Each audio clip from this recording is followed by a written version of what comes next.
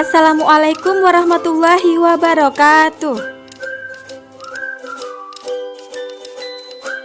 Hai, welcome back to channel Ayo Belajar. Di dalam channel ini kita akan belajar tentang segala sesuatu hal yang bermanfaat untuk kita.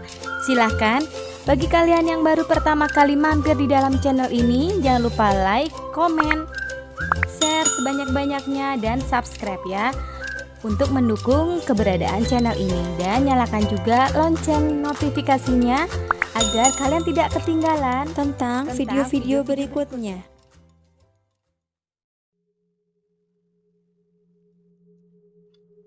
Refleksi terbimbing modul 3.1 mengenai pengambilan keputusan sebagai pemimpin pembelajaran.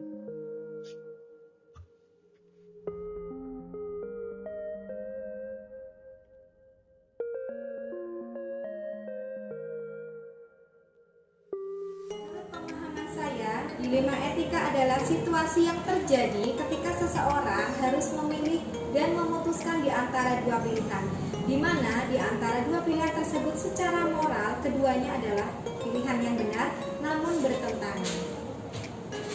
Rujukan moral adalah situasi yang terjadi ketika seseorang harus membuat keputusan benar atau salah. 4 paradigma pengambilan keputusan. 1. Individu lawan masyarakat. 2. Rasa keadilan lawan rasa kasihan. 3. Kebenaran lawan kesetiaan. 4. Jangka pendek lawan jangka panjang.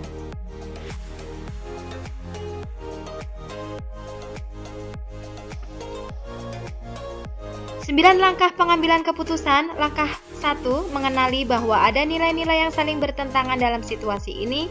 Langkah 2. Menentukan siapa yang terlibat dalam situasi ini. 3. Kumpulkan fakta-fakta yang relevan dengan situasi ini. 4. Pengujian benar atau salah. 5. Pengujian paradigma benar lawan benar. 6. Melakukan prinsip resolusi. 7. Investigasi opsi trilema. 8. Buat keputusan. 9. Lihat lagi keputusan dan refleksikan.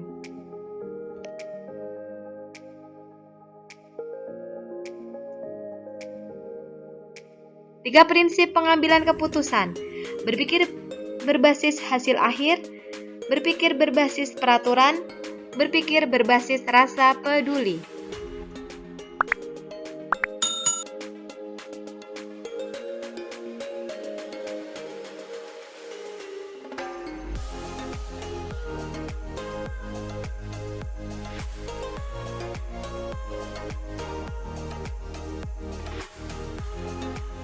Pengalaman dilema etika. Ketika sedang mengajar, guru melihat murid yang duduk paling depan di dalam kelasnya, berinisial A, mengambil uang milik teman yang duduk di sebelahnya. Guru melihat murid tersebut memasukkan uang ke dalam saku celananya. Guru terdiam melihat hal tersebut, menunggu reaksi dari murid yang mempunyai uang. Setelah murid yang mempunyai uang sadar bahwa uang miliknya tidak ada di dalam laci meja, guru mulai memerintahkan semua murid di dalam kelasnya untuk mengeluarkan isi dalam tasnya. Semua itu dilakukan guru tersebut untuk menjaga nama baik murid dan perasaannya. Setelah semua murid mengeluarkan isi tas dan tidak ditemukan uang temannya, guru tersebut memanggil beberapa murid untuk diajak bicara. Guru sengaja tidak hanya memanggil A agar temannya tidak mencurigainya. Terakhir, guru memanggil A dan mengatakan bahwa sebenarnya guru tersebut melihat kejadian saat A mengambil uang milik temannya. Namun, untuk menjaga nama baik A dan agar teman-teman tidak menjauhinya, guru tersebut tidak menegur A di depan teman-temannya. A memohon kepada gurunya untuk tidak melaporkannya kepada kepala sekolah dan berjanji tidak akan mengulangi perbuatan seperti itu. A melakukan karena ia ingin membeli mainan. Guru memberikan A kesempatan dengan tidak melaporkan kepada kepala sekolah. Namun, guru memanggil orang tua A dan memberitahukan kejadian. Paradigma pengambilan keputusan adalah jangka pendek lawan jangka panjang. Jangka pendek, keputusan guru untuk tidak menegur A di depan teman-temannya bertujuan agar temannya tidak mengejek dan teman yang mempunyai uang tidak memusuhinya. Kemudian jangka panjangnya, guru mengambil tindakan seperti di atas agar A tetap mempunyai banyak teman, dan untuk jangka panjangnya teman-teman tetap mempercayainya.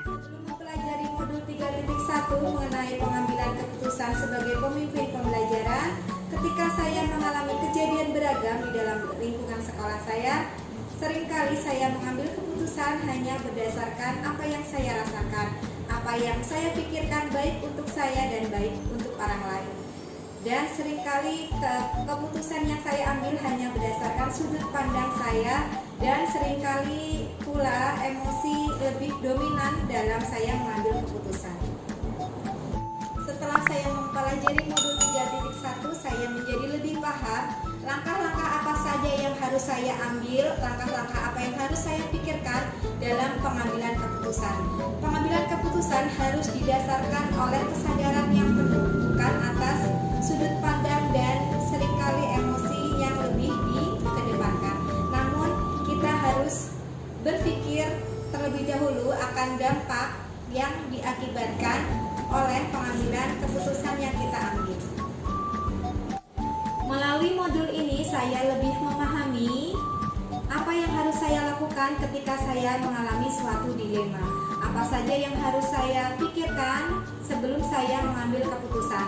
Keputusan yang saya ambil harus secara cermat, dengan kesadaran yang penuh, dan keputusan yang terbaik untuk semua pihak. Mempelajari materi ini tentu saja sangat penting bagi saya sebagai seorang individu maupun saya sebagai pendidik sekaligus sebagai seorang pemimpin pembelajaran.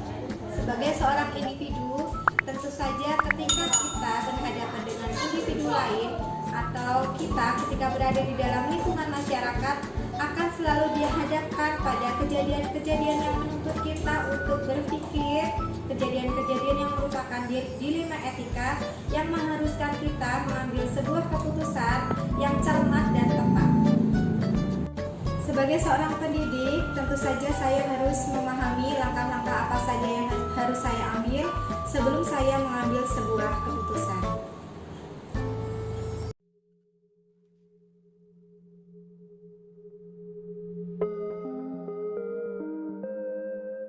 Yang bisa saya lakukan untuk membuat perbedaan setelah mempelajari modul ini adalah menerapkan konsep-konsep pengambilan keputusan tersebut dalam keseharian, menganalisa keputusan yang akan diambil dengan mencoba menerapkan 9 langkah pengambilan dan pengujian keputusan, berbagi kepada rekan sejawat tentang konsep-konsep pengambilan keputusan sehingga dapat membantu rekan-rekan ketika mengalami situasi yang dilematis. Demikianlah refleksi modul 3.1, mudah-mudahan bermanfaat. Wassalamualaikum warahmatullahi wabarakatuh.